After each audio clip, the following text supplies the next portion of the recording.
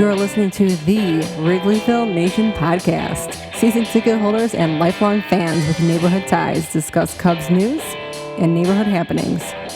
Here's your hosts, Jeremy and Pat. Hello and welcome to the Wrigleyville Nation podcast. This is episode 410 of the podcast. My name is Jeremy Deemer and I'll be your host. I'm joined as always by my co-host. He's my cousin and he's high atop Wrigleyville tonight. How's it going, Pat? It's going well, Jeremy. It's a little rainy in New York, I hear, but it's fine here in Chicago. It was a rainy Father's Day in Chicago. It's a rainy next day in New York. The Cubs getting 2 off days here. We'll play a doubleheader later this week. We'll talk about that. The Sunday game pushed all the way to August. I'm sure they'll be giving away the same Father's Day promotions and everything, some random Thursday in August. Keeping with the theme of Father's Day, we will have guess the lineups from this day in Cubs history. We will do that later with a special guest. Pat's dad, my uncle, Jim Nagle, is going to join us to do a deep cut. We're going back to the 1958 Cubs to talk about that. So hang around for the end of the show for that special treat for Father's Day. And joining us for the first half of this show to help us unpack the week that was, we'll preview the week that will be, talking all things current Cubs. You know him from his work at Northside Baseball, of course. His 40 appearances here on this podcast, Matt Trueblood. Thanks for taking time out to talk Cubs with us tonight. No problem. And those who are watching on video get to enjoy. I'm officially a baseball podcaster now because I'm wearing a backwards hat. I don't know if you guys are aware, but this is... I thought it was a Pirates hat. The uniform these days. You know, it sort of is, to be honest with you. It's Roberto Clemente. Nice. My second favorite Pirate. Yeah. Next to Dave Parker. I like to think of him as bigger than a team.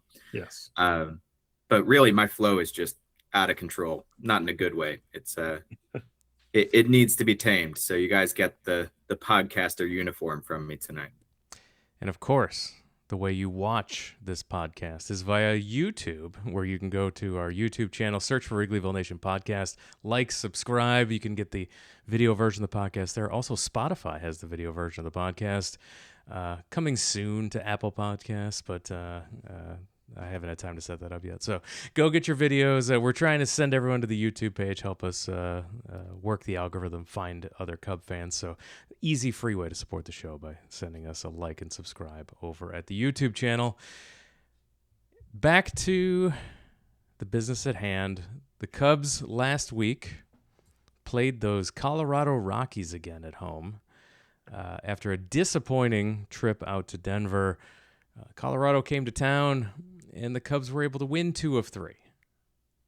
And winning 5-4, losing 5-2, and of course winning 8-6.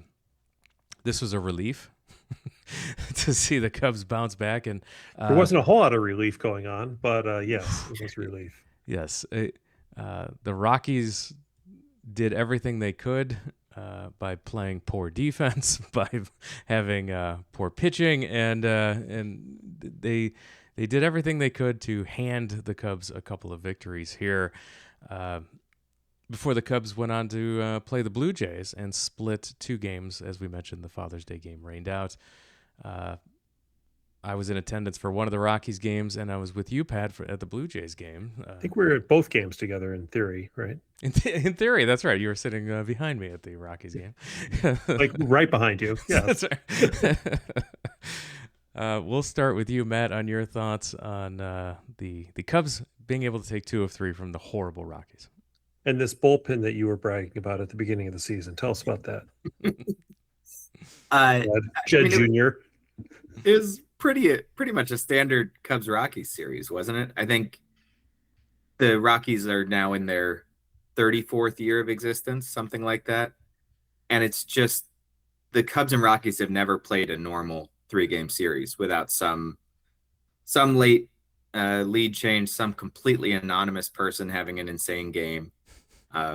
Frankly, we're lucky it didn't get even crazier, but we had 2 incredibly close and important foul fair calls down the line that the cameras couldn't do much to help us with. It got wacky because it's always going to get wacky when these two teams play, and not just at Coors. Happens at Wrigley too. Honestly, Matt, I was waiting for Don Zimmer to tackle Mario Soto after the PCA home run, which went around the foul pole and hit the back of it, we think. Yeah. But we can't tell. So it's a home run because yeah, it's not indisputable proof that it's not. So there. I think it actually did, but it's just Me too. it's I crazy absolutely think it did. this day and age to not have any shot that gives you any real clear idea either way. PCA wasn't that sure. He had his helmet back on, was in the batter's box. He thought he didn't. I'm like, dude, get out of there. Like our seats are right down the third base line. So when we turn our heads down the first base line, we could clearly see the ball going around the foul pole and then taking a weird bounce or carom, it seemed like. Yep. We didn't actually, no one could actually see it except the people in the bleachers, but one of the weirdest home runs I've ever seen. I reached out because what I saw for sure, what I know for sure happened from watching the video very closely, going all Zapruder on it, it definitely hit one of the cords that runs the retired numbers up the foul pole. But does that count as part of the pole or not? 100%. I asked multiple people who would be in a position to know, and they do not know. Yeah, So probably not, right? Probably not. No. Yeah. Unlikely. Yeah. Yeah. But yeah, just a wacky series, man, because it's also the only kind of series the Cubs are equipped to play right now, because none of the pitchers can keep the ball in the park, and half the offense is still dysfunctional, although some really important progress from a couple of those guys this week. And so it really, I wrote about this last week. I think I wrote about it a couple of times. It's got big 1998 vibes right now, because it really feels like there's one guy who's just the center of everything, for better and for worse. All the positive headlines, all the negative headlines, it's all going to start with PCA, man. And that's just, his gravity is really, really strong at this moment.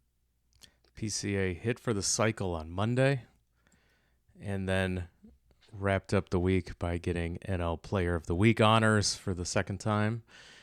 550 hit for the cycle average. and promptly got picked off first base. That was He did. Yeah. Yes. The reverse cycle, the first Cub in history to hit a reverse cycle. Just very impressive. 550 average, 600 OPS, 4 home runs, 7 RBIs, 1.900 OPS. So, yeah, quite a week for PCA, including that home run we were talking about earlier. Can you name the only 5 players to hit for the cycle in my lifetime who were Cubs? I bet we can. Got some Hall of Famers in there, at least one. Oh, yeah, Dawson, right? Yep. And, well, Mark Grace, he's not a Hall of Famer, but he did it. Near Hall of Famer. Why wouldn't Mark Grace have had a triple? Right. Those are my two favorite players. Little known fact, he was actually smoking a cigarette as he rounded second base heading into third. Is that a Winston Light? Yeah. That's why he slid feet first, because otherwise the cigarette was going to get dirty. Right. Yeah. Carson Kelly, because that's the of course wacky one that makes it not technically the first cycle since Grace, right? So it's those 3 plus PCA, and there's one more. Yep. I mean, Sandberg would make the most sense, but I truthfully do not know. Cubs shortstop, who hit about probably 30 home runs in his whole career. Much higher acclaim than his lifetime WAR would indicate in retrospect. Harry Carey could not pronounce his name, and he wore the powder blue uniforms, playing alongside none other than Bill Buckner. Should be so. Jeremy, do you have this? I don't. I'm trying to. Like 1980. Manny Trio played second base. Yeah. So next to this guy who played short. Man. Who was Manny Trio's more forgettable partner? Seems mean, but You're gonna say his name, and I'm gonna There's say people yeah. yelling at they're screaming at us listening to I this have given podcast. you It's my the favorite. biggest clue already. If you're gonna tell me it's that Harry couldn't pronounce his name, Harry couldn't pronounce a lot of names, brother. That is true, but that's not the biggest clue. All right, Pat, put our listeners out of the misery. Okay, I'm putting you out of your misery. I said he was a teammate of Bill Buckner. He also was a trade partner teammate with Bill Buckner, Vonda Jesus. Came over to the Cubs Jesus. in the Bill Buckner trade, and then was traded to the Phillies, where he played next to Manny Trio again. Yeah. Yeah. You're right. I should have had that, but That's all right. I'm not going to kick myself too hard. Yeah. It was quite a week for PCA. We did see you mentioned Carson Kelly, one of those cycles. We did see Carson Kelly hit a grand slam. I was at the game we were at. That was a much-needed grand slam, I'll tell you. Talk about the whole – and who was it right before who struck out one of our bums? It was Horner. It was Michael Bush. Well, Horner and Bush were struggling. Horner and Bush. Yes. And so just the exhaling that occurred when he hit the grand slam was big. I think it loosened guys up a little bit. You had Gossman walking everyone, and you were desperate to see the Cubs cash in and get more than 2 runs there, and it was it was more of a relief to see that grand slam than anything. And they needed it turns out, right? Because the bullpen imploded, just like they needed the PCA home run. You know, when you hit a home run and make a game like 8-2 or whatever, you're like, or 7-0, but no, they needed every one of those runs. Turns out, and before, so the Cubs won that one in a laugher. We got position players pitching at the end of that game for Toronto. So the guy was throwing like 47 miles an hour, and the Cubs were baffled by that. I don't understand why they couldn't just wait and drive those pitches. It's a whole different thing, man. It really, I mean, they talk about being below hitting speed. Half the time that's a joke.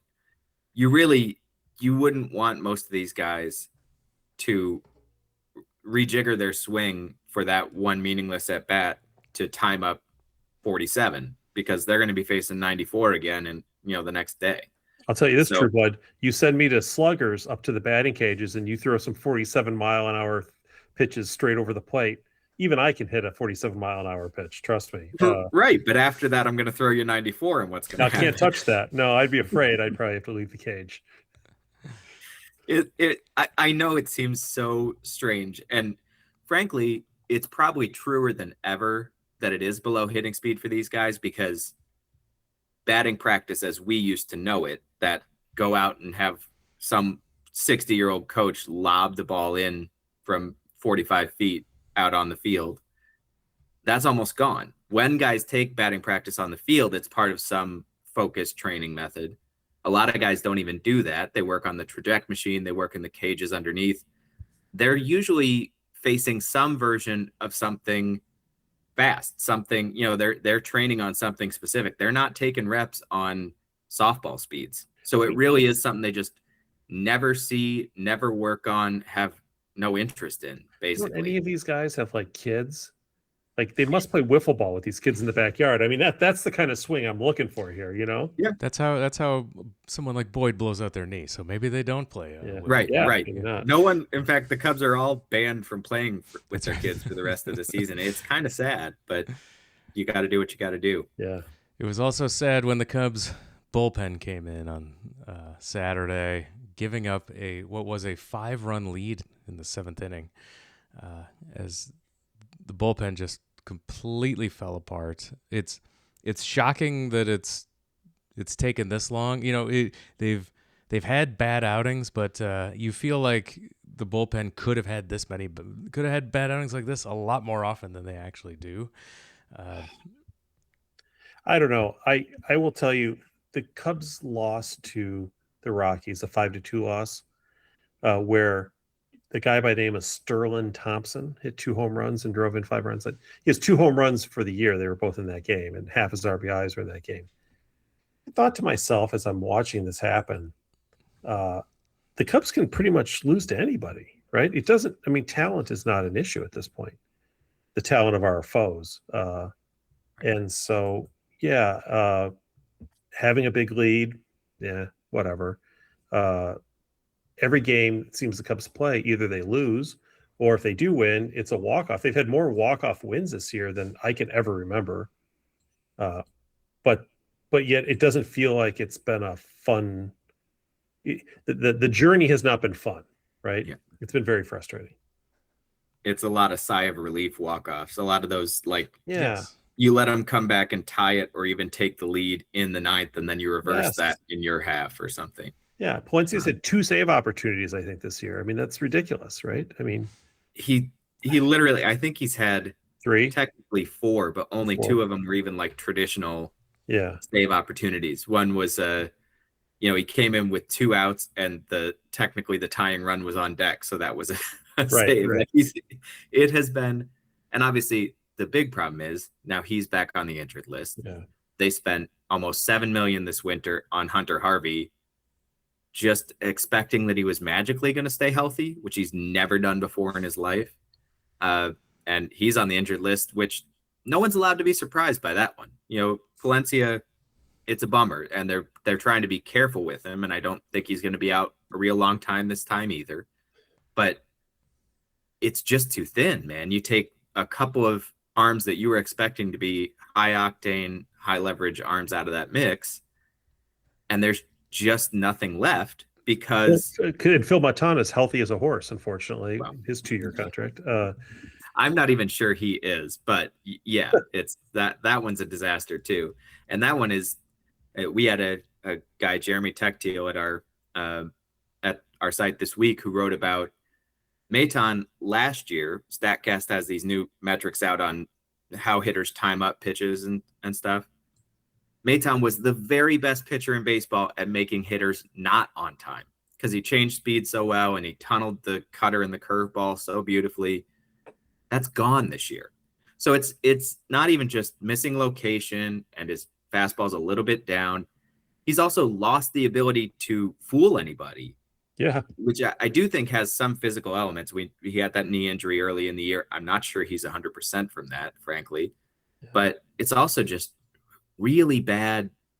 They do this sometimes where they'll get a guy when they sometimes get these guys who are bad and make them good, and we celebrate that. The Tyson Miller, the Julian Merriweather, we got used to that for a while.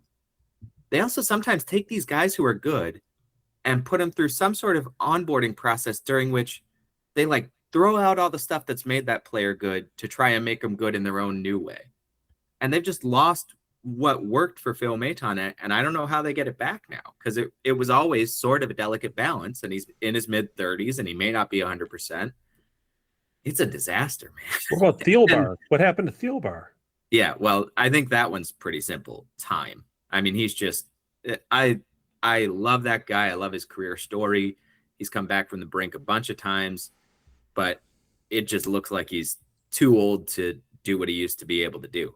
The delivery is not as explosive, not as, confident that when he lands, everything's going to stay where it's supposed to be, that he's not going to blow out his hamstring again or whatever.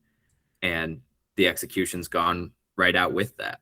And then Jacob Webb's had a couple inopportune blow-ups, right, like he did against Webb's the tough one because he ends up being one of fans' favorite whipping boys.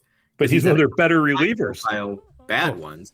Yeah. He also had like a stretch of 5-6 weeks where he was nails, and they'd have been lost without him. So I know he's still one of the guys I could of who do you have confidence in? Like I feel better when he comes in than anybody else at this point still. Right.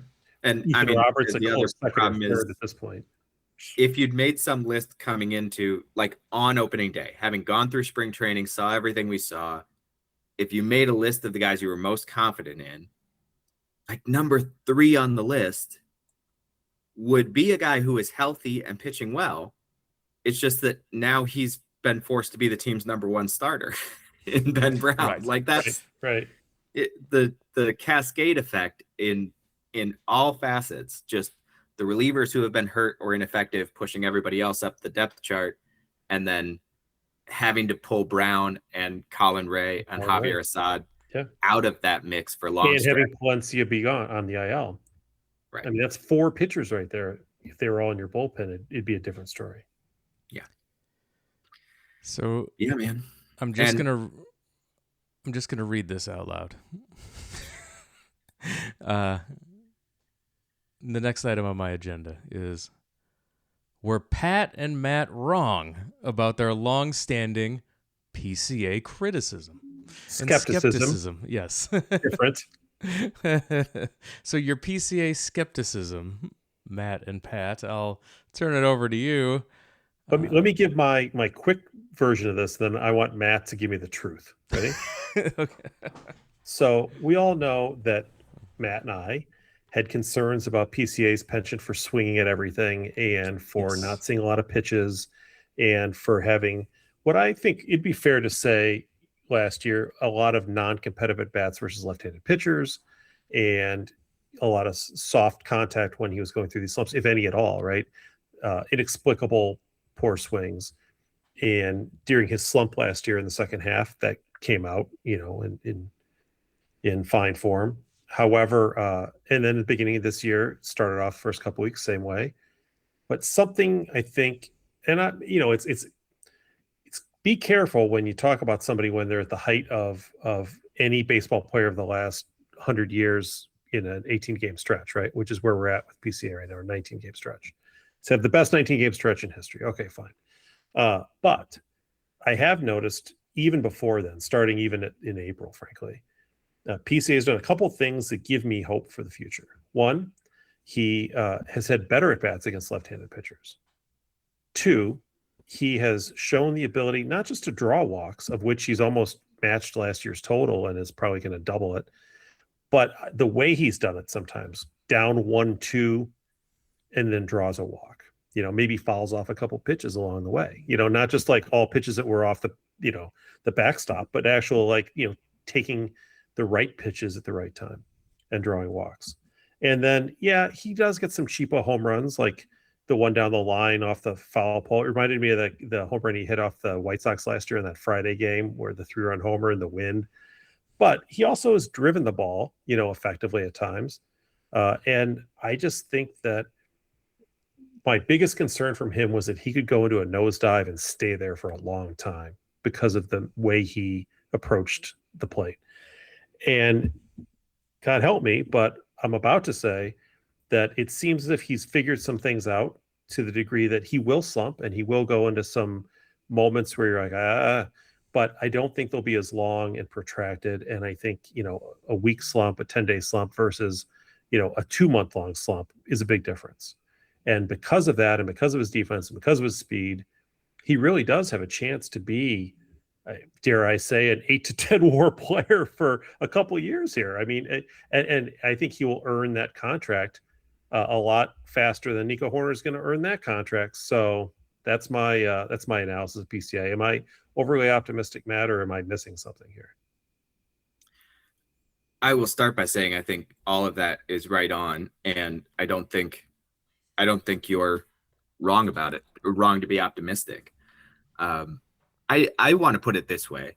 I've been wrong about PCA multiple times in each direction now, I think. And while some people who just sort of had blind faith in him because Cubs fans and he was fun and they just chose to believe all along. The only player they got back from the trade deadline of 2021, right. They kind of hung their hopes on him, not realizing that the star of the show was Caleb McKillian. And that is admirable in its way, just staking out a position of faith and sticking to it. Yes. But I want to submit that was equally wrong at several points over the last 2 years. Yeah. And just in a different way. What I've done at this point, I've kind of given up on prognosticating PCA. I am more in the mode of I've just assigned myself to be his documenter. I'm writing like 2 or 3 PCA pieces a week at this point, and shamelessly so. And it is not it's not to chase clicks. In fact, I'm not sure they're doing that well after a certain point. I don't care. He is endlessly fascinating. And I think anybody who tries to make a proclamation about what he's going to look like in the near or long-term future has as good a chance of being right as they do of being wrong, unfortunately, just because the talent and the volatility are converging in this way that, yeah, explosive is the only word I can use. I mean, we saw him explode at a fan on the field. That wasn't great. We have seen multiple times this year him do some completely boneheaded stuff that came not from a place of sort of being too cool or being distracted or anything, but like thinking he is literally Superman and can do things that nobody in the history of humankind could do on a ball field. He tried to throw out a runner in Philadelphia earlier this year on a single. He tried to throw out a runner at the plate. The runner was Brandon Marsh, who's fast, and he started the play on third base. That is the mode that PCA has operated in this whole season. Well, he's also made some catches that no one in human history has ever made too. So the problem is it works sometimes for him, which is exactly. And that's the other thing, is that offensively, I started following this closely early last year when it sort of became obvious that he had become a different hitter. Not just that he'd sort of organized his approach, however over aggressive it might have been, and now is going to survive in the big leagues, but he sort of morphed into this guy who's constantly lifting and pulling the ball, which nobody would have forecasted that was his profile, that he's basically left-handed Isaac Paredes. But that's what he sort of brought in starting at the beginning of last year. He ran into trouble because he was swinging at everything in the latter part of last year, and because he got really tired from playing every day and playing really hard and frankly going too hard in pregame work trying to fix all the flaws he saw in his own swing. But he's come in this year and the bat speed's like gone through the roof. You guys, he has like more swings of 80 plus miles an hour this year than he had all of last season already. And last season was a huge step up from the year before. He is breaking his own scale. He's morphing into an incredibly fast, super good defender who's also basically Kyle Schwarber at the plate. And I don't know how to process all that, except to point out that it's obviously one of the very best players in baseball, arguably the best player in baseball. And I'm not sure how long it's sustainable because we saw him tire out last year. I would guess he'll tire out this year if he doesn't find some way to modulate all of that. And as much as I think you're right, Pat, that his process has improved to a point where he shouldn't go into slumps for as long anymore, because we all see how hot he runs when things aren't going his way and sort of how frustrated he can get and how that can compound and snowball on him. I also think it could turn into 2 bad months where he's just trying to do too much at all possible times. And then I tilt back to the other side and say, he's incredibly smart when you talk to him about his game. He knows him, he knows his game. He knows what he's trying to do with all the work he puts in, every improvement he's made. And he's made some remarkable improvements, not just offensively, but defensively. When I wasn't sure there was anywhere to go, he's continued to get better. Like, that stuff is crazy. It should barely be possible. It's only possible because he has this boundless energy and desire to be the very best.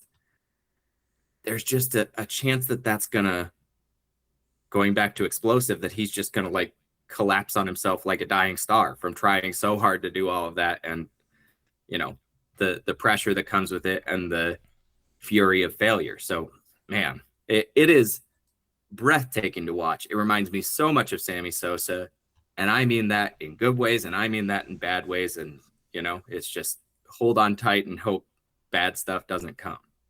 It's gotten to the point where, for the first time in the Hoyer era, period, full stop, you can say, gosh, the Cubs are down by a run or 2 runs. Well, the good news, it's the 8th inning, but the good news is that if we can get one guy on this inning, then Pete is guaranteed to come up in the 9th. And that was the Sammy Sosa mantra for years. At his very best, at the absolute peak of Chris Bryant or Anthony Rizzo, probably even Aramis Ramirez, I was never counting the spots in the order till you got to that one guy. Because their offense was great, but it was completely randomized. Whereas Pete has the ability, like Sammy, to rise to the occasion. Those 9th inning home runs he said, like that Reds game where the Cubs blew the game in the 9th, and in the bottom of the 9th, he's like, "Oh, I got this," and he hits the home run to tie it. That at bat is, for me, everything about his season just boiled down. He was in a 3-1 count. He had worked this, he'd been impressively patient because he was only the tying run, right? And getting him on base would have been wonderful. 2 outs, you got to take what comes to you. 3-1, he swings at a pitch in the dirt, and you're like, oh, it's this guy again. He thinks he can do everything. And then the next pitch is also shin high, but he reaches down and whacks that thing out to left center. It was nobody else in baseball can produce that. There have been 5 home runs on pitches like that in the last 5 years, and PCA now has 3 of them. Yeah. It truly is so Sosa-esque in the way he's on a level that no other Cub since Sammy has reached. And this is the part where you have to go, what are you doing, Jed? The roster was really, really built not to need a superstar like this. And if a superstar like this would ever emerge, it'd just be a lovely little bonus. Thank goodness he has done this, because if it wasn't for him right now, the Cubs would be in last place, which isn't even saying all that much in the NL Central, but they'd be like full on spiral. People would be getting fired. I mean, PCA is the only thing keeping the hitting coaches of the Chicago Cubs employed right now, right? This team was not designed to have a superstar because superstars are expensive. Yeah. That's why they're not designed to have one, because they cost too much money. But they were able to develop one in the last decade, which is great, to have at least one. And thank God they did, because you're right. Without him, the rest of these guys are just absolutely flatlining bad. Nico Horner is terrible right now. Dansby Swanson is below terrible. Alex Bregman is disgraceful. Michael Busch gets a free pass, but you give 8 home runs halfway through the season as your first baseman, who you're expecting 30 to 35 home runs from at the age of 28. Suzuki is frustrating as can be. Ian Happ, of course, leads the league in runners in scoring position, left there. I mean, you can go up and down the lineup, other than maybe catcher and utility like players, right? Like Shaw and Ramirez and Conforto or whatever. The rest of this lineup has completely let the team down. In a way, as bad as the bullpen is, if the rest of these guys in the everyday players are even having like not even an average year for them, but a slightly below average year for them, the Cubs would have probably like 8 more wins right now. It's ridiculous how bad the rest of this offense has been. Yeah. I mean, we're halfway through the season. It's not like it's, small sample size. No. Yeah, no, not at this point. Like, I mean, that doesn't mean they won't get better or can't get better, of course. But the fact that Pete is there is the only, like you said, he's the only thing keeping them alive right now. Yeah. Some of the problems that some of those other guys are having are weird too. I mean, it's not your usual, he's caught in between. He's doing exactly what he shouldn't be doing, chasing stuff and staring at strikes. I mean, Horner is on like a 250 plate appearance super slump, right? Yeah. Got like 7 strikeouts in that whole time. Since the first 3 weeks of the season, I mean, he's hitting 235 overall with a 641 OPS. He's hitting under 200 since the first 3 weeks of the season easily. He and Dansby combined. I mean, you can have a guy who hits poorly, but when I don't defense, whatever, but I'm sorry, if your second baseman and shortstop are both hitting like pitchers, it really makes it hard for your offense to succeed. Yeah. It's so, you guys remember, I mean, you've seen Imanaga had this problem last year where he sort of got stuck in the zone. He would try to throw a strike to ball splitter. He would try to throw the high heater above the zone. and everything just ended up in the strike zone. The one pitcher in Cubs history to actually like have this penchant for always making it into the strike zone, whereas everybody else seems to strike zone left and right. It really is a skill that you have to be able to get out of the zone sometimes. Your numbers are going to look like you got unlucky because you're going to have a high strikeout to walk ratio. You're also going to get smashed because the hitters always know it's in that zone, right? That happens to pitchers, and I can sort of understand it, and it happens semi-regularly. Yeah. Nico Hoerner right now is stuck on time, which I have never seen before. He keeps hitting these balls pretty solidly as Nico ever does. It's not like he's normally ripping it 110 miles an hour, right? Right. He's hitting line drives that are just right at people over and over because he is stuck right on that spot where he's just going to hit a line drive to the center fielder. He's going to hit a one hop. He's playing pepper with the fielders, like before a game, if you some coach at the plate just throws the ball up and hits it at the third baseman, then hits it to the shortstop and second and around the horn. The dude badly needs to be fooled a little bit more, and I've never seen a hitter who was having that particular problem for this long. For a week or two, maybe, not for a month or two. It's crazy. It's crazy. The things this team is going through are baffling. And again, it really highlights how like PCA has become the whole team because he's having one of the great seasons in Cubs history amid a team where everyone else is not just having bad years, but having weirdly bad years.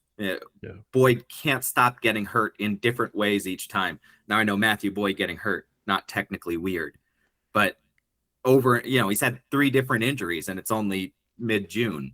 And Palencia has had 2 different ones. And what are we on for Justin Steele? I mean, it's such a strange season, not even halfway over, and somehow they're still afloat. So we have to all keep riding this roller coaster up and down for quite a while yet. We know Jeremy, who's not having a bad year. Craig Counsell. Craig Counsell is not. He's going to have a lot of decisions to make with managing PCA's workload here for the rest of the year because he's so important in that lineup, like you mentioned. And Craig Counsell is number 8 on the manager decision success rate chart that came out this week. This will shock a lot of listeners, I think. Let's look at the managers within. This is our pitch division. hitting and bullpen moves and the impact on win probability. Right. So all pinch hitters that successfully, if they reach base, move a runner or score a runner, it counts. Mid-inning pitching changes with runners in scoring position or runners with less than 2 outs. Success if the new pitcher prevents the run from scoring. So Craig Counsell, number 8 on that list. And looking down the rest of the NL Central, Marmol with the Cards is 15th. Terry Francona with the Reds 4th. He's a good manager, though. We knew that. Always great. He just doesn't have the horses, but he's a good manager. And then Kelly with the Pirates at 17th, right behind the Cardinals. And Pat Murphy. That wizard up in Milwaukee that everybody's always so high on. 28th for Murphy. Matt, get rid of Murphy and that team is rocking and rolling, huh? Yeah, they'd finally be on the way to a division title. Yeah. So as someone who follows the Brewers as closely as you do and someone who knows a lot about the Cubs, are you surprised to see the imbalance between a 8th place Craig Counsell and a 28th place Murphy here? Yeah. Hasn't he learned anything from Craig over the years? I will say the main thing with Murphy might just be he has pulled the trigger on quite a few pinch hitting decisions that were like he will, to gain the platoon advantage late in the game, swap out, I don't know, Joey Ortiz for Blake Perkins. Blake Perkins can't hit at all. And so then he doesn't come up with a hit. It probably punishes him for that. But half of that move is just he's going to then reorganize his defense for the late innings too. So that's, yeah. But anyway, a lot of it, man, comes down to when we analyze those specific types of decisions, who do you have standing there and how do they, what's the depth of your roster like? What good options do you have to turn to? Well, this includes all of the Cubs bullpen moves. So I think Craig Counsell then might be the greatest manager in the history on earth. But the other, I mean, frankly, going to the bullpen at all is a positive move compared to leaving a lot of these Cubs starters in for any longer right now. So that's the unfortunate thing is there's no good option for Craig to choose. We also knew, I don't think this has ever been in doubt. I'm not sure there's any manager in baseball you'd rather have tactically than Craig Counsell, not even Tito. That is where he has always most excelled. He excels, I think, in all facets. I still think Craig Counsell is a good manager.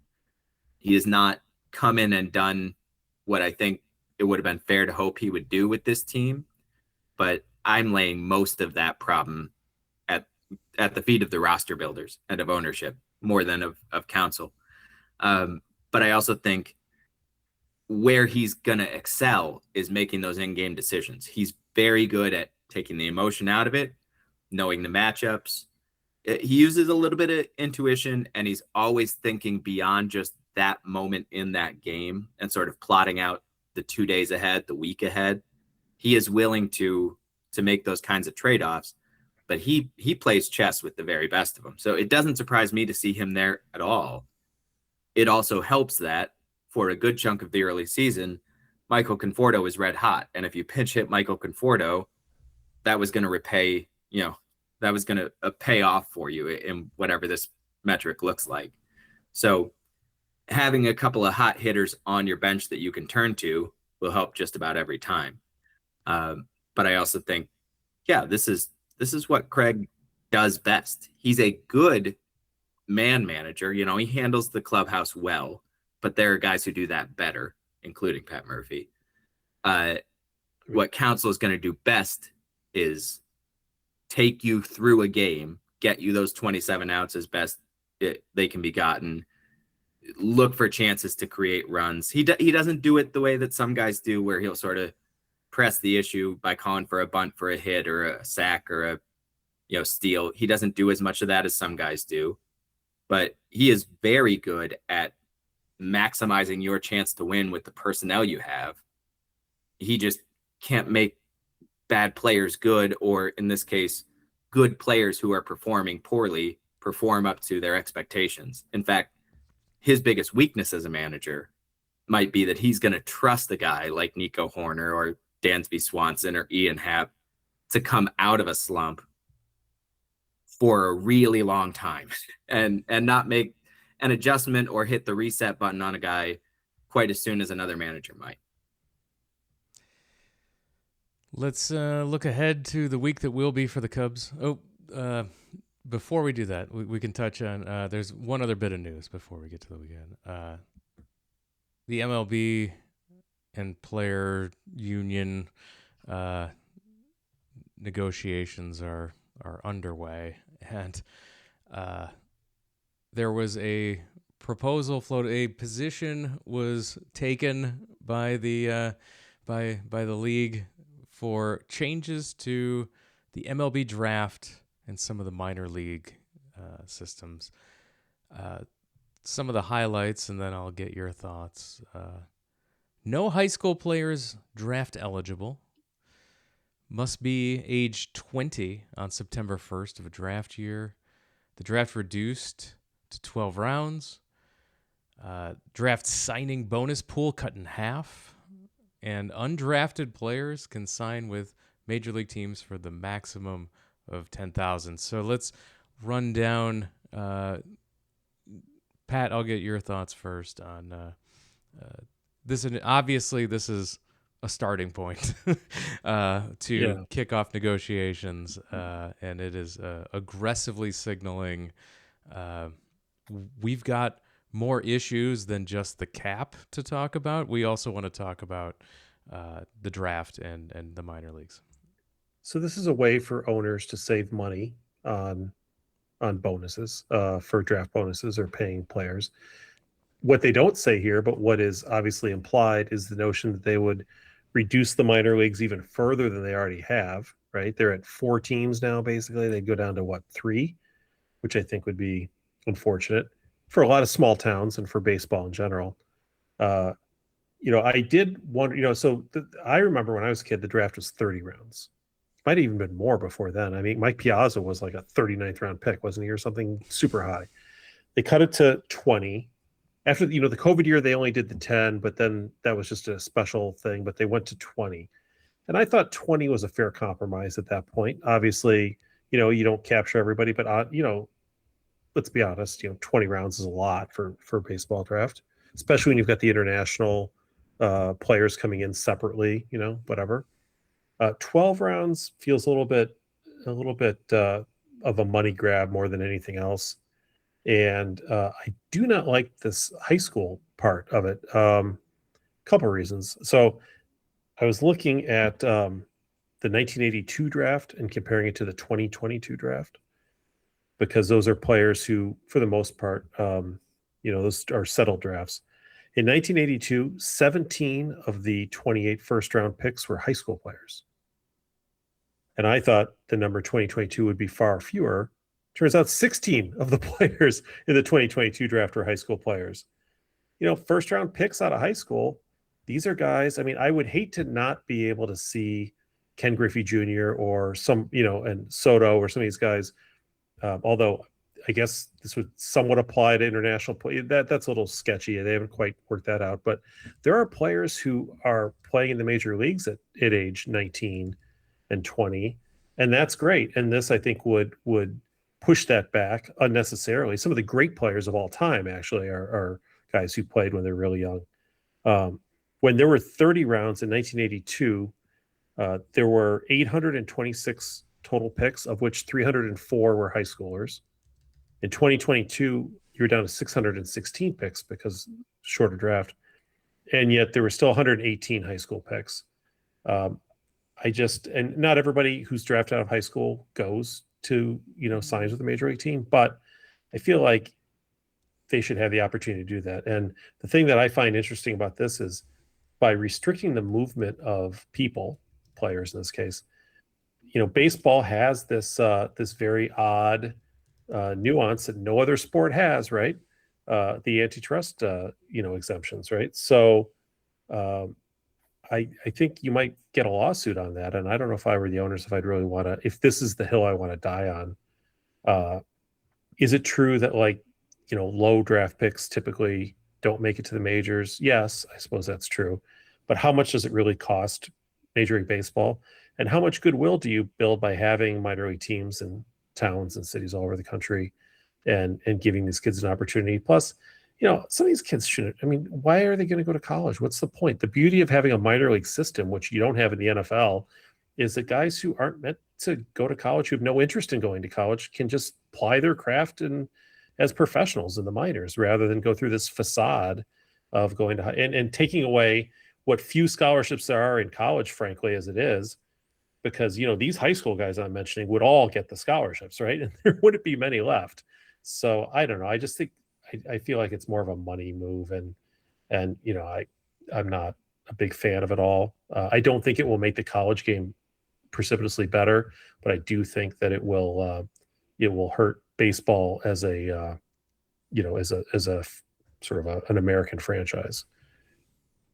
Yeah, you hit on a lot of the key things. I'll add a couple. I mean, one way in which it is obviously and vitally a would-be money grab is that this would eliminate the guys who hit free agency at 25, 26, 27 years old. Yeah, it's the Bryce Harper rule, right? Basically. Exactly. All the mega deals that you can think of were signed by guys who hit free agency really early.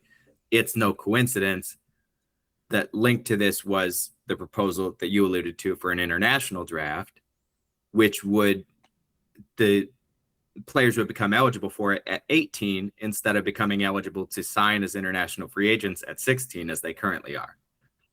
Now, here's the important thing to know. None of this is going to happen. None of it's going to come anywhere close to happening. Correct. Doesn't think it's going to happen. The league doesn't want most of it to happen. Front offices would throw a fit if a lot of this happened. The biggest benefactor of this, other than owners' bottom lines, would be college baseball. And Major League Baseball has no interest in helping college baseball get stronger. And nor does college baseball have an interest in developing players for their professional careers. They just want to win games that year at the college level. Full stop.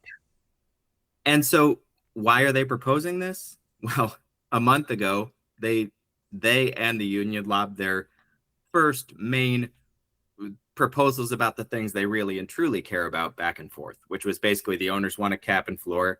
The players don't. The players want to take a year off of, get to free agency a year sooner. The owners obviously don't. And, those were that first round of negotiations was the stuff they really care about. This whole thing right here, this whole bundle of proposals that is ludicrous, that will never happen, that no one should take seriously. It's just the owners throwing something out there that they can make a show of giving up later in the. We cut this later. Yeah. Right. They want about that. Jeremy brought that up when we were talking about this the other day at the Cubs game. He's like, this is just one of those things you throw out there so you can take it back. Yeah. Yeah. It's I'll give this to you. Yeah. Anchoring or, red herring or, throw out all the phrases you ever learned in your business 101 classes or any of it. Never took one, but I get you. Yeah. The most important thing to keep in mind is that none of that's going to happen. It would be terrible for the players if it did. It would be bad for the game if it did, in a lot of the ways that you talked about, Pat, that reach down past the majors and into what baseball is to the country as a whole. But it's not going to happen, so don't lose sleep over it.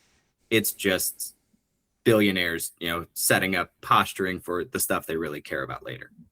I went down a little bit of a rabbit hole on this topic, and I determined that if left up to the Cubs to decide the answer to this question, I think the Cubs would lobby for a one-round draft.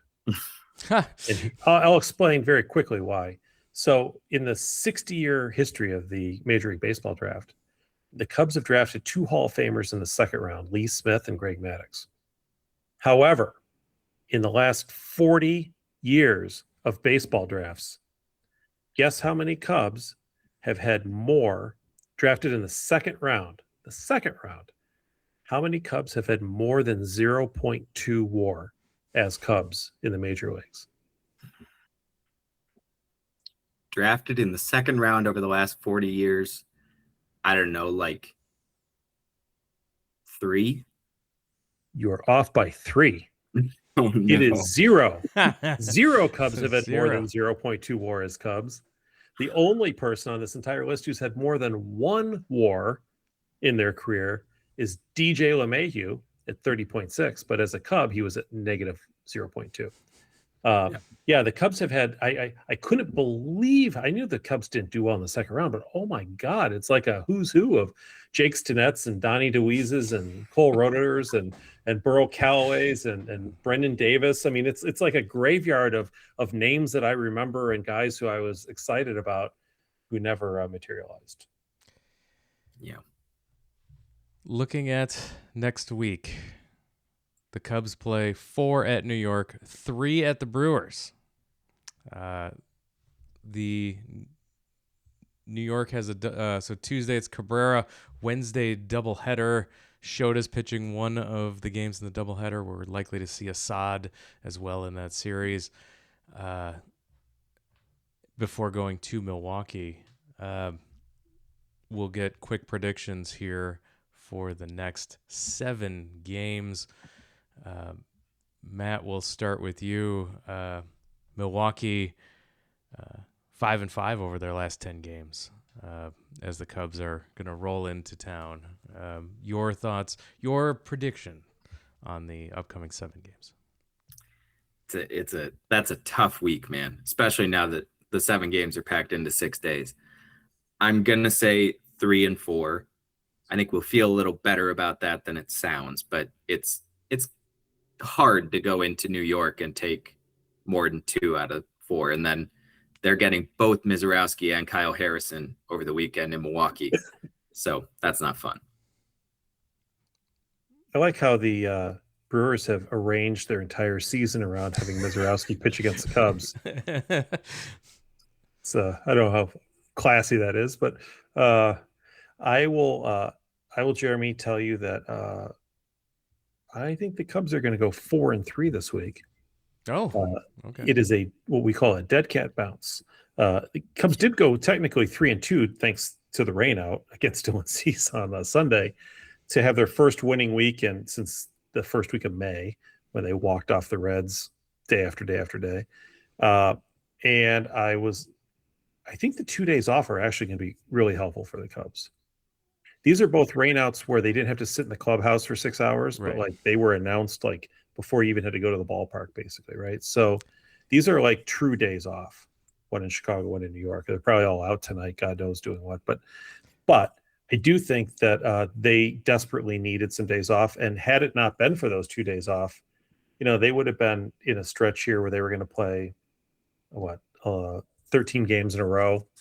And even playing a doubleheader, I think, in some ways would be better than having to play every day, Sunday, Monday, Tuesday, Wednesday, Thursday, Friday, Saturday, Sunday. So I think the days off will be helpful. I hope that it'll screw up Nico Horner's timing so that he can start getting some hits and give everybody else just kind of a little bit of a rest. You don't get 2 days off like this very often other than the All-Star break, which most Cubs will have off. And so I'm looking for them to be a little bit more refreshed and a little pep in the step, and they go 4-3. I'm with Matt on the 3-4 for these. I think only one.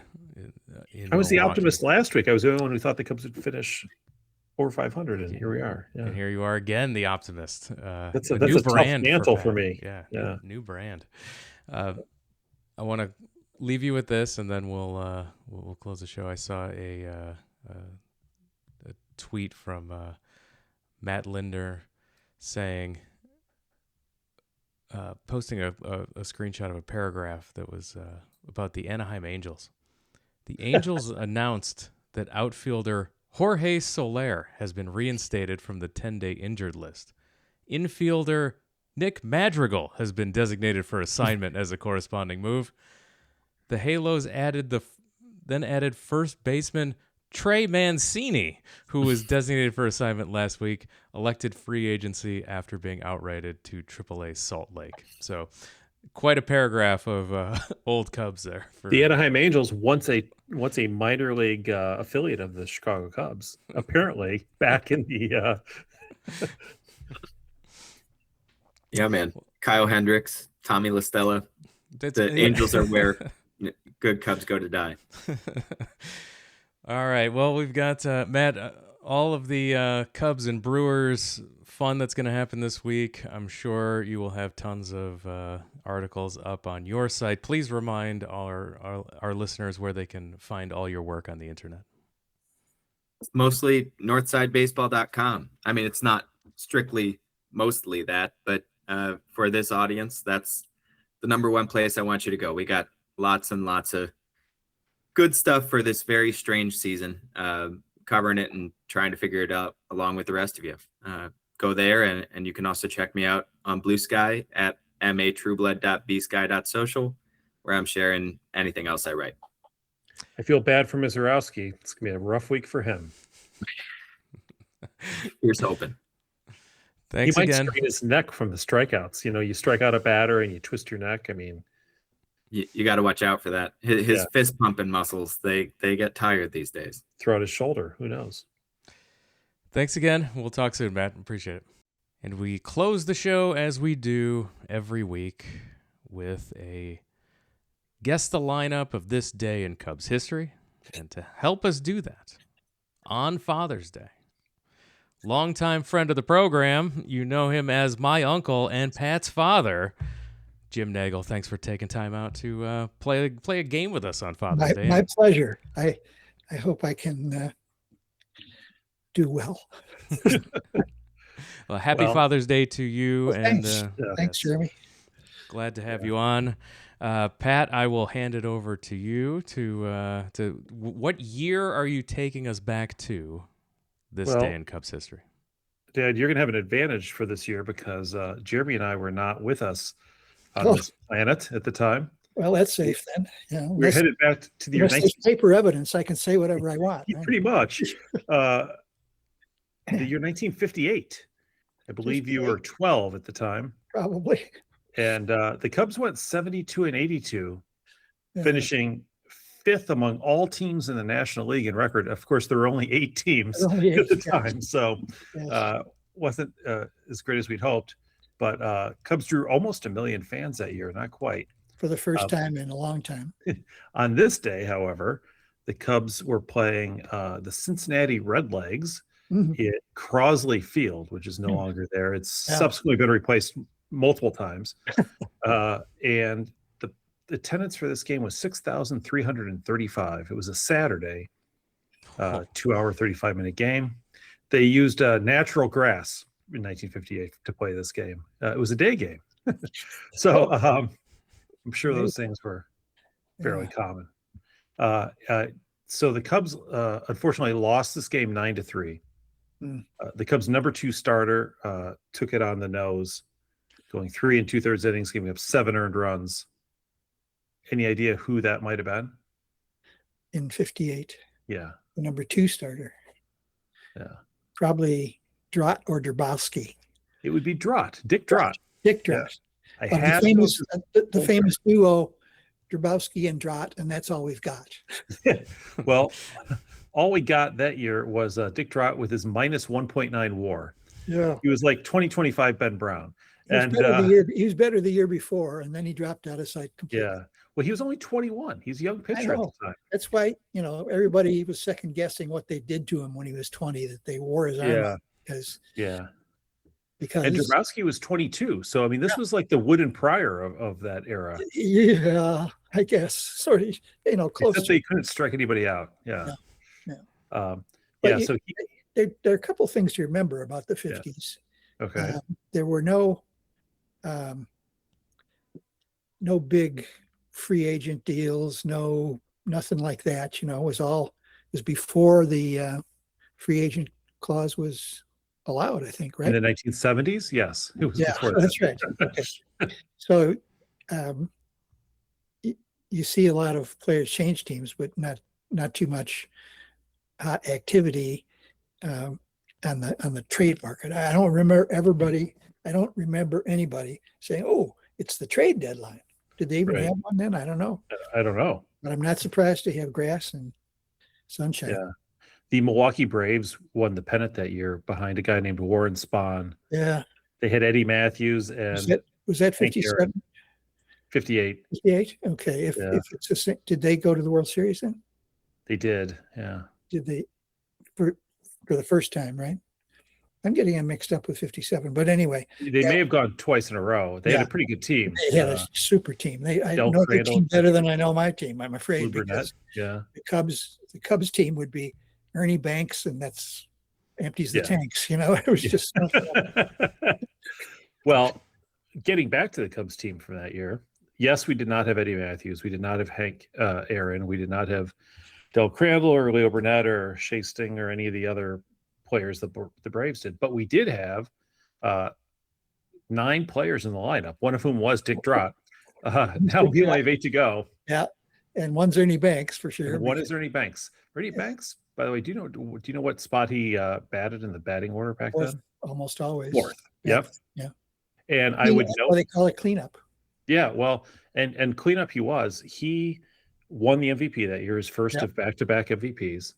He became the first player in National League history to win the MVP on a losing team, something we've become very good at as it turns out, because he would do it the following year. Andre Dawson would do it. Cubs became very good at winning MVP awards with bad players on bad teams.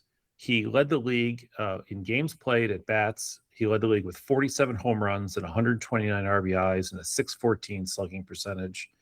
Led the league with 379 total bases and finished with 9.3 WAR. Not bad for a 27-year-old shortstop. Yeah, and you just think back and wonder if they could have added somebody else to the Yes. lineup to help him. It was just, it was so sad every year. The kids in the neighborhood did not so much talk about the standings and the win losses. Did Ernie hit one today? You know, that was basically yeah. I can see that. I grew up in that era too, of the Dave Kingmans of the world. Dave Kingman and Sammy Sosa and so on. Yeah. All right. So the Cubs leadoff hitter that day was a second baseman. Yeah. Let's see. Yeah. In 58, they had traded Gene Baker. Yep. To the sadness of many, and picked up Tony Taylor. Tony Taylor. Was he a former Philadelphia something or other? You know, he might have been, or he went to Philadelphia. I'm not sure. He went to Philadelphia. You're right. He went to Philadelphia. Yeah. And then he played most of his career at Philadelphia. Yeah, he was a good player. He was a decent player. He had some speed. He stole a few bases, and he didn't hit a ton, but he was usually in 1958 he was a rookie, and so he did much better after that. Mostly with the Phillies, I have to say. He was the leadoff hitter for that team. The number 2 hitter, who was the MVP of this game with his 4 hits in 5 at-bats, was a third baseman. Okay, this is, I think, in between my favorite third baseman. Ransom Jackson. Ransom Jackson was my favorite in the early 50s. I heard stories about him as a kid. Then I looked up his baseball stats, and they weren't quite as grandiose as the stories that you told me when I was a kid. I only hit the highlights. He left the Cubs for the Dodgers and has the distinction of closing Ebbets Field with a home run. Okay. He hit the last home run at Ebbets Field, and they went out west. But then he came back. So it could be, no, it wasn't then. It couldn't have been then. I will tell you that the guy who played third base was, at the time of by 1958, he had been a 3-time All-Star with the New York Giants. With the Giants, Al Dark. Al Dark was good. Yeah. He had 44 WAR. I mean, he was putting up 5 or 6 WAR a year, finished in the top 12 in the MVP voting 4 times, Rookie of the Year. Not with the Cubs, but before then. Mostly with the Giants. And he was 36 when he came to the Cubs. But still had a couple good years in 58 and 59. I mean, comparatively speaking.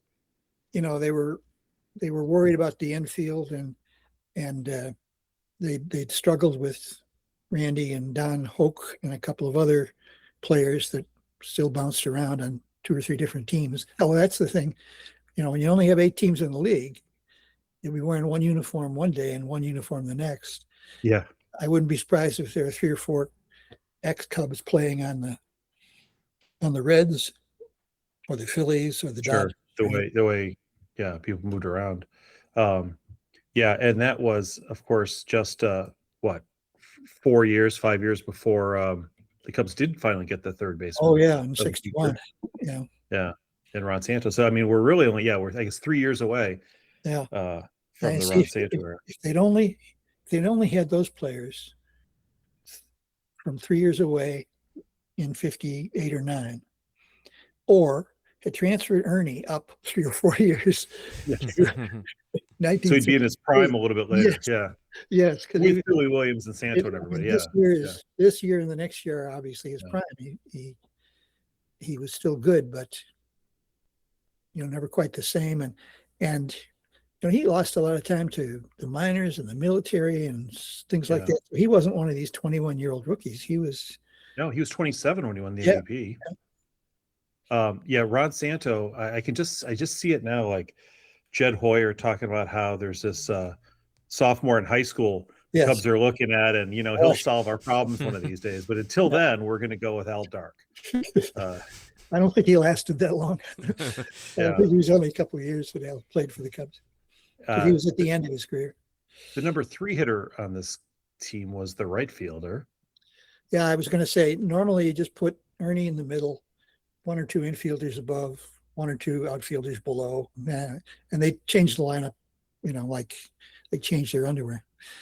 Interestingly, though, this right fielder made his one and only All-Star game in 1958 with a 4.4 WAR. It's 304 with 24 homers. I had 4 or 5 outfielders I liked.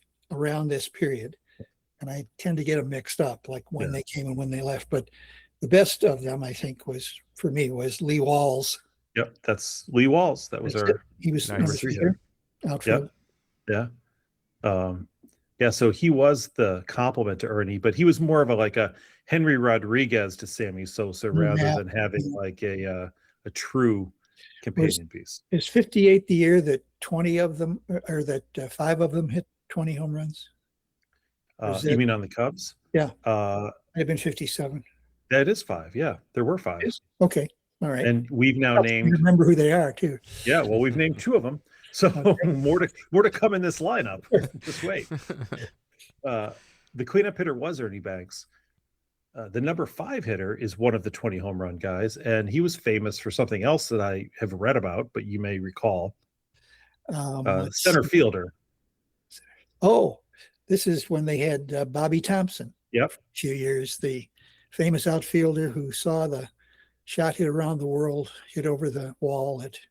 He hit it, right? He hit it. Yeah. Andy Pafko was the one who was trying to catch it, but. So and he was with the New York Giants, and that won the pennant for them. Yeah, 1954 they won the pennant, and they got to play Cleveland, and it was like the only time in my childhood that either the Yankees or the Dodgers were not in the World Series. Yeah, well, I think there are kids these days that are going to be experiencing that pretty soon. They were going.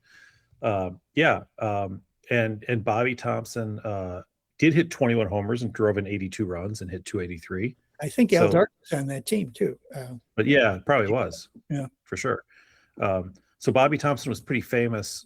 I mean, literally like famous around for baseball fans for that one at bat, if nothing else. And he too was getting a little older. I mean, they weren't decrepit, but they were, on the downside of their careers. I think. I feel like he's kind of like Rick Monday famous, right? Like, like people knew him. He was good, but he wasn't great at one thing. Yeah, but he could hit 20 home runs a year and play a decent outfield. So like Rick Monday, who hit the home run to send the Dodgers to the playoffs one year, and then also caught the flag and stuff like that. But okay, so Ernie Banks had Lee Walls in front of him and Bobby Thompson behind him. Okay, not that terrible. And then the number 6 hitter, I remember because of his nickname, he was the left fielder at the time. Okay, that would have been, let's see, among my favorites were Jim Bolger, George Altman. Bolger was a bench player this year. Altman was not on the team yet. Yeah. Or maybe gone already. He could. I think he came later. Moose. You like a nickname? Moose. Yep. Moose Morin. Walt Morin. Yeah. Walt Morin. Yeah. He was one of the 20 home run guys. He had 26 home runs that year. Yeah. He might remind some of you of latter years of Keith Moreland. I mean, he was. That's why they called him Moose. I'm thinking, but there was a spectacular play. It wouldn't be this year; it'd be a couple of years later, I guess. That WGN used to show over and over and over again when Don Cardwell came to the Cubs, the pitcher. Yes. And on his first day, on his first game, he pitched a no-hitter, except the last hit was a low line drive screaming over the third baseman's head, and improbably, and he leaned over and caught it. Yep, shoestring catch, they said. And that was 1960. So you're right. That was just 2 years later and then they traded Morin the next month. Oh, did they? Okay. But because they, really, these guys are like trading cards. Yeah. So that was a good one, and a good moment, I guess, for the Cubs because we went quite a while without a no-hitter. But and they expected Cardwell to anchor the staff for the rest of his life, but I think he lasted 2 or 3 years with the Cubs. Yeah. Well, they could have used him in 58. Let's see. 1, 2, 3, 4, 5, 6. The 7 hitter you told me about when I was a kid. He was famous for something else. The first baseman. Dale Long. Yes. Yeah. Okay. He set a record, National League record, Major League record. Really? For what? I've forgotten. He was one of the 20 home run guys. He was 20. Yeah, hit 20 home runs. He was famous for hitting a home run on 8 consecutive days. Oh yes, that's right. He was like the Pico Armstrong of his era. Yeah, sort of. For home runs. Yeah. That wasn't with us though, was it? Was it with? No, he was a Pirate, I think, wasn't he? That's where we got him from. Yeah. They liked him so much for hitting all those home runs that they purchased his contract, and Yes. he hit a few after that. Well, he had 27 homers the year before he came to the Cubs, and then, or 2 years before with Pittsburgh, and then we traded for him in 57. I guess he had 21 that year, and then 20 with the Cubs in 58. But yeah, he did bunch them together apparently. So yeah, home runs on 8 consecutive days. It's amazing that continued even in the era of 70 home run hitters. They never were able to do 8 days in a row after Dale Long. I feel like some of those Sosa June bursts where he'd have 20 in the month. Right. He had to have 8. But yeah, no, no one had that consistency of a Dale Long. And then following him was the catcher, who I only know from having seen his baseball card. But, like most Cubs catchers. That's every Cubs catcher, I was about to say. Yeah. Yeah. That was a pretty bad drought for Cubs catchers. Yeah. I think until Randy Hundley came along, there wasn't anybody you'd really count on. So this catcher is famous for hitting 30 home runs. Unfortunately, in his career. Yeah, and it took 1,000 at bats. So there are two other famous over 7 years. So, there is a famous Cub. I think he was on that 58 team. Was Kuno Berrigan, who's a name I'm familiar with? Yeah. Yeah. Who he was famous for? Did he run the wrong way or something? Oh, that's no, that's not him. Okay. What was that? Two-way Kerrigan? I forget now. But yeah. Kuno hit a home run in his first. Wrong way Kerrigan. That's wrong way Kerrigan. Yeah. Football player. Kuno hit a home run in his first at bat. We also, finally, we've got the catcher of our dreams. And so did Wilson Contreras. Yeah, he had a few others, but that was about it.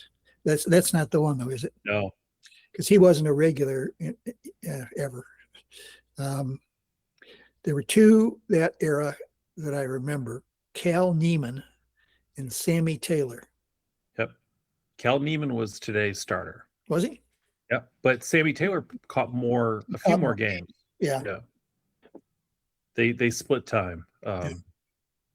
They were both so good it was hard to keep them out of the lineup. Apparently.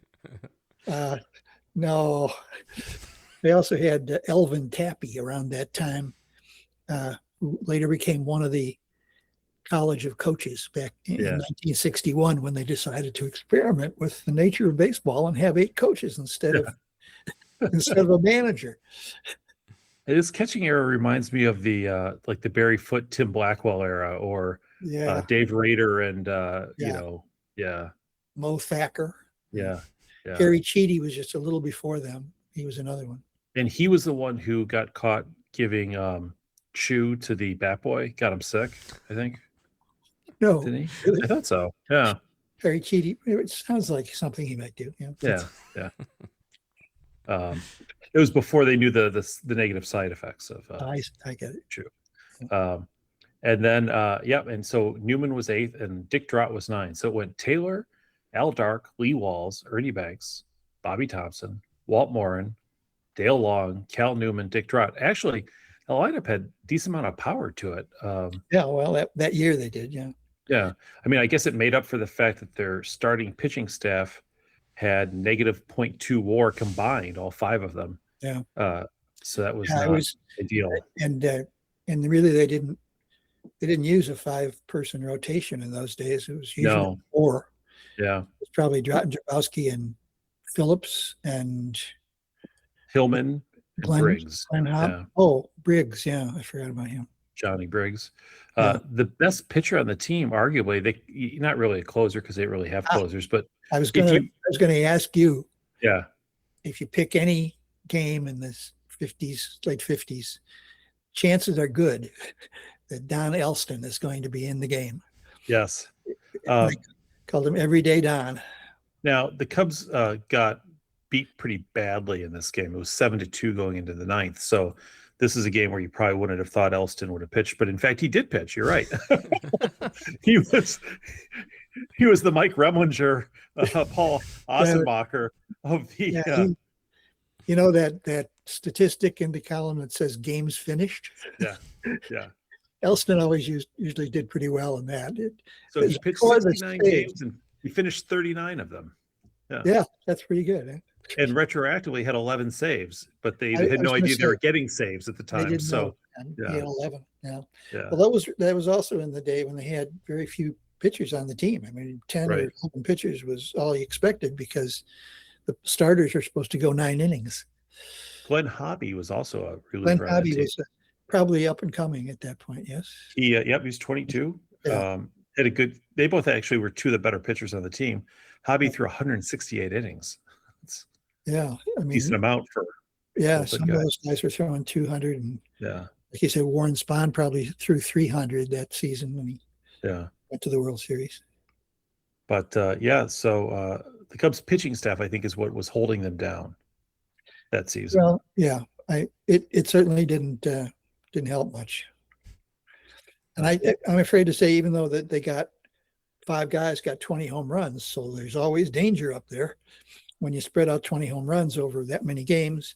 154. Yeah, that's probably the number of home runs the team got. Yeah. Well, Ernie has 47. So that's right. I will say, you're right. Other than the people who hit 20, everybody else was hitting 6 or fewer. So there wasn't a lot of home run depth, we'll say. Yeah. And that includes the bench players. Yeah. So Chuck Tanner was on that team. Yes. Or future Pirates manager of the We Are Family team. Former Pirate outfielder, and then came to the Cubs. Yeah. Again, another pickup, of a guy whose career is probably not going up. Yeah. Cubs had quite a few of those guys, huh? Warren Hacker still on the team, or he left? He was there? He was there. Wasn't doing much. I mean, there were, when you look at it, there were quite a few sort of memorable names. Yeah. The Reds that year, the team we lost to had Frank Robinson. Oh yeah, that was MVP. And there was a first baseman named George Crow. George Crow was on that team. Kind of McCovey to Robinson's Mays. They also had Veda Pinson on that team. Veda Pinson. And Smokey Burgess. Yeah, who I think ended up with not ended up, but he played for the Cubs. Yeah, was he famous just because I remember his name being Smokey, or was he? Did he do something? He was also an ace pinch hitter. He was one of these guys. Even though he didn't have a great average, he was in the clutch.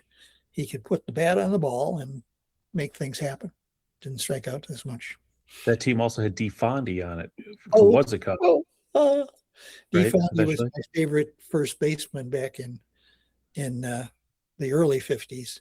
And Pat, you pointed out to me that our newest star of the future, I wish I could remember his name. PCA Armstrong? No, the guy who got the bases loaded triple. Right. Jason something? Terry? Dean Terry, what was his name? Dean. Dean, yeah. Yeah. The guy who just came up the other day. Saturday. Yeah. Or Friday, right. He was the first Cub to hit a triple? Bases loaded triple. Bases loaded triple in his first at bat since Dee Fondy. Yeah, that's right. I sent you that stat. Thought you liked that. Dee Fondy was my favorite, although he had a tough job because he was up against the guy on the food chart ahead of him was the actor who had the shotgun and was in the westerns back in the 50s. Armstrong was his name? No. Campbell? No. Was he a Cub? Yeah, he was a Cub. The Cubs owned the Los Angeles Angels, which was a farm team in the Pacific Coast League. Yeah, they still are, except now they're technically the American League. Well, they were officially a farm team. Yeah. But he and Fondy and this other guy, I'm going to really regret not remembering this. he had his little son and he had his rifle and he'd go around and do good. Big guy, 6'4", 5", you know. And Was those he doing days, that in the off season, or was he doing that like? well, that's it. When they were out there, he took a screen test or something just to do something during the rest of the year. And he had to weigh whether that or playing baseball was more lucrative. And back then it was going on TV that was more lucrative. Sure. So DeFondy got the job for about 4 or 5 years. Gosh, well, you'll have to add a footnote to the. Oh, was it Chuck Connors? Chuck Connors, that's it. Yeah. No, Yeah. that's Chuck Connors. Players back then were not as big and physical, I think, as they are today. Probably not. They don't go to the weight room and all that stuff as much as they do. And so Chuck Connors was practically a giant compared to everybody else. His nickname was the Rifleman. Was that the name of the show? That was the name of the show. Yes. That was a show. He also was in 50 movies. 50. Yeah. I think probably was great. His early career, he might have been in lots of movies just as a handsome face in a Greek tragedy or something. He had his chiseled jaw, you know, looked just like somebody out of Central Casting, as one of our favorite politicians says. Yeah. But all to the better for DeFondy. Well, and apparently early before he joined the Cubs, he played for the Boston Celtics for 2 years. That's right. He was one of the basketball players. Yeah. That's something. Which, yeah, you don't see that too much these days. You know, NBA, MLB film in the period of like 8 years. Not to spoil the show, but when people were saying this Knicks team is the greatest since 1973, and I said, "Oh, 73. That was Clyde Frazier. That was my guy. He went to SIU." And then I started thinking, oh, that was the year that Dave DeBusschere pitched for the White Sox and the Knicks. And I'm thinking, when that's the year, hey, Earl the Pearl. And I'm thinking I can name half the team from 1973, and I can't name more than 2 from the current team. Yeah. Well, they of course Phil Jackson, right? Phil Jackson, absolutely. So a lot of talent. Well, good job.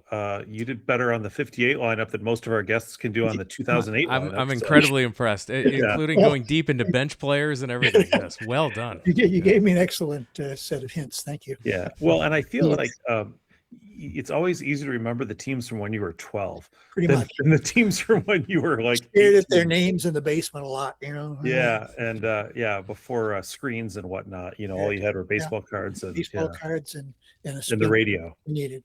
Yeah. So would you have listened to these games, or did you watch these games on television? I would have seen the games on TV only on days when I got home from school in time to catch the last 3 or 4 innings. And then during the summer, I could watch pretty much as many as I wanted because WGN had the whole. And they televised the road games too? I think they started televising the road games maybe even a little before that, because they started the home games in 1948, I think. So in 10 years, they probably had the money to put it on the road. But otherwise, I have to be on the radio. It was Jack Brickhouse was the announcer, and I guess, you know, now that time has receded by 50 years, I can feel okay about Jack Brickhouse, but I didn't like him at the time. Yeah, I remember as a kid you called him Jack Brickhead. So yeah. Yes, because I wasn't allowed to cuss. Yes. But, the team now is not. I cannot listen to either. The other broadcaster in 58, the radio team, was one of the radio team from when I was a kid too. Still, Lou Boudreau, the kid. Lou Boudreau, yeah, right? He was great. Yeah. Remember when I got the autograph from him at the Yes. Game? Oh gosh, do you remember? It was so nice. Yeah. So nice. And we just been brushed off by Tony Kubek. Yeah, from NBC, right? Going up to his booth. Yeah. No time, kids. No time. No time, kid. That's what he said. No time, kid. And Lou Boudreau could not have been more of a gentleman. So yeah, Lou stopped and asked questions. Yeah. Oh, it looks like he might be a first baseman. And exactly. Jumped, didn't you? And then because he had a left-handed mitt with him. Right, because you needed one when you were, in the stadium. Yeah, Jack Quinlan was the other guy. Jack Quinlan was one of the tops too. Yeah. August 30th, 1958. August 30th, 1958. WGN broadcast the first Cubs road Oh, telecast. is that right? Okay, so it would have been a little after this, but this season that we're talking about. Yep. They were able to catch the pennant race for the Milwaukee Braves, apparently, because we probably played them about 8 times in September. I think they're also eager to broadcast White Sox games too, because '59 was the year the White Sox Go to the World Sox, Series Yeah. and lost to the Dodgers. Well, and so 58, you got to see the home games, and then by 59, you were able to see all of Ernie's games when he was winning his second MVP. Yeah, he's prime. Yeah. Yeah, that's fun. Well, they gave you something. I don't think my parents let me stay in all day, though. I think they made me go out. Yeah. Yeah, it was a different era. Yeah. Yeah. Just get lost, kid. Yeah. Well, thanks for coming on and playing the game with us. Pleasure. Very impressive. Well done. Yeah. And thanks again for coming on. Always Glad great to you catch up. Glad you didn't ask me what I had for breakfast this morning.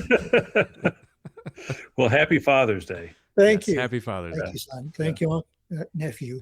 Thank you both. My pleasure. And with that, we're going to wrap it up and call it a podcast. Remember to follow us on all the social media platforms at Wrigleyville Nat. You can support the show at our Patreon, patreon.com/Wrigleyville Nation as well. And you can buy merchandise. Go to WrigleyvilleNation.com, shirts, mugs, all kinds of stuff. Every penny goes right back into the show. We really appreciate your support, and that's the best way to do it. Also, throwing us likes and subscribes over at the YouTube channel where you can get the video version of the podcast. And make sure you tell your Cub fan friends about the podcast. Tell them how to subscribe. Cub fans know other Cub fans, so please continue to spread the word about the podcast. We really appreciate it. And with that, we're now going to call it a podcast and wrap it up. Pat, thank you for joining us. Thank you, Jeremy. Thanks again, everyone, for listening. Talk to you again next time.